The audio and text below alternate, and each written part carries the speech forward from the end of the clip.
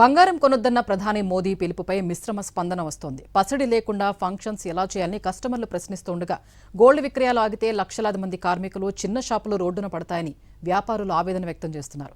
ఇక ఇదే విషయానికి సంబంధించి మరింత సమాచారం మా ప్రతినిధి భాస్కర్ కరీంనగర్ నుంచి అందిస్తారు. దేశ ఆర్థిక వ్యవస్థను బాగు చేసేందుకు ఏడాది పాటు బంగారం కొనకుండా ఉండాలని చెప్పేసి ప్రధాని ఇచ్చిన సలహాను వారు ఏ విధంగా చూస్తారనేది ఒకసారి వారి మాటల్లో తెలుసుకుందాం. అమ్మ చెప్పండి, బంగారం కొంటున్నారా? కొనొద్దంటే ఎవరికైనా వీలుని బట్టి కొంటారు. కొంచెం పెళ్లిళ్ళల్లో కట్నాల బదులు బంగారం అనేది కంపల్సరీ కదా సార్, పెట్టాలి చేయాలి అన్నప్పుడు కంపల్సరీ కొనడమే కదా. డబ్బులు పెడితే కాదు కదా, వీలు కాదు కదా. రేటు పెరిగిందని కొనకుండా ఉంటే వాళ్ళకి పెట్టాలి కదా, పుస్తలు మెట్టలైనా పెట్టాలి కదా సార్. ఇక్కడ బంగారం ప్రతి వేడుకలో బంగారం అనేది ఉంటుంది. ప్రతి శుభకార్యానికి కూడా భారతీయులు బంగారాన్ని వాడతారని చెప్పేసి ఉన్నారు. మరొక కస్టమర్ ఉన్నారు. అమ్మ చెప్పండి, ఈ బంగారం కొనుగోలు వద్దు అని చెప్తున్నారు కదా ప్రధానమంత్రి, మీరేమంటారు?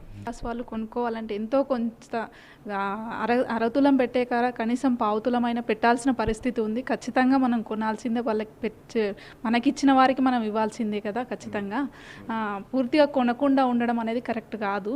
సార్ చెప్పండి, బంగారం కొనుగోలు మొత్తం ఒక సంవత్సరం పాటు నిలిపేయాలని మోడీ గారు అంటున్నారు. అసలు ఒకవేళ కొనుగోలు నిలిచిపోతే ఏం జరుగుతుంది? బంగారం ఒక 70% బయట దేశాల నుంచి ఇంపోర్ట్ చేసుకుంటాం ఎవ్రీ ఇయర్.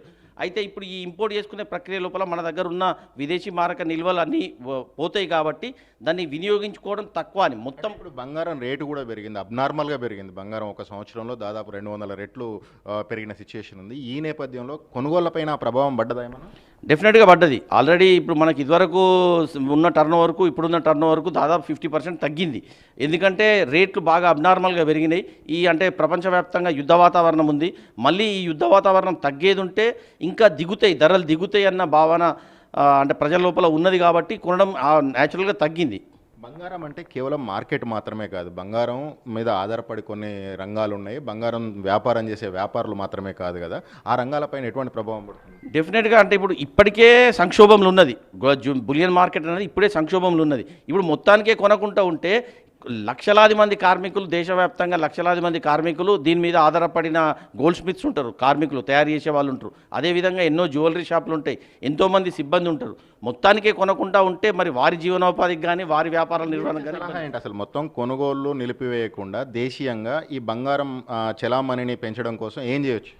మనం బంగారం చెలామణి పెంచుకోవడానికి అంటే మొత్తం దేశీయంగా నిల్వలు ఇక్కడ ఉన్నదాన్నే ఇప్పుడు ఇంటర్నల్గా ఏదైతే మనం ఇళ్ళల్లో బిస్కెట్ రూపకంగానో లేకపోతే ఇన్వెస్ట్మెంట్ రూపకంగానో పెట్టుకునేది కాకుండా ఏదైతే మనం అవసరానికి అయితే ఉపయోగించుకుంటామో అవిటిని మాత్రం కన్జ్యూమ్ చేసుకోవాలి, పునర్వినియోగం లోపల ఉపయోగించుకోవాలి.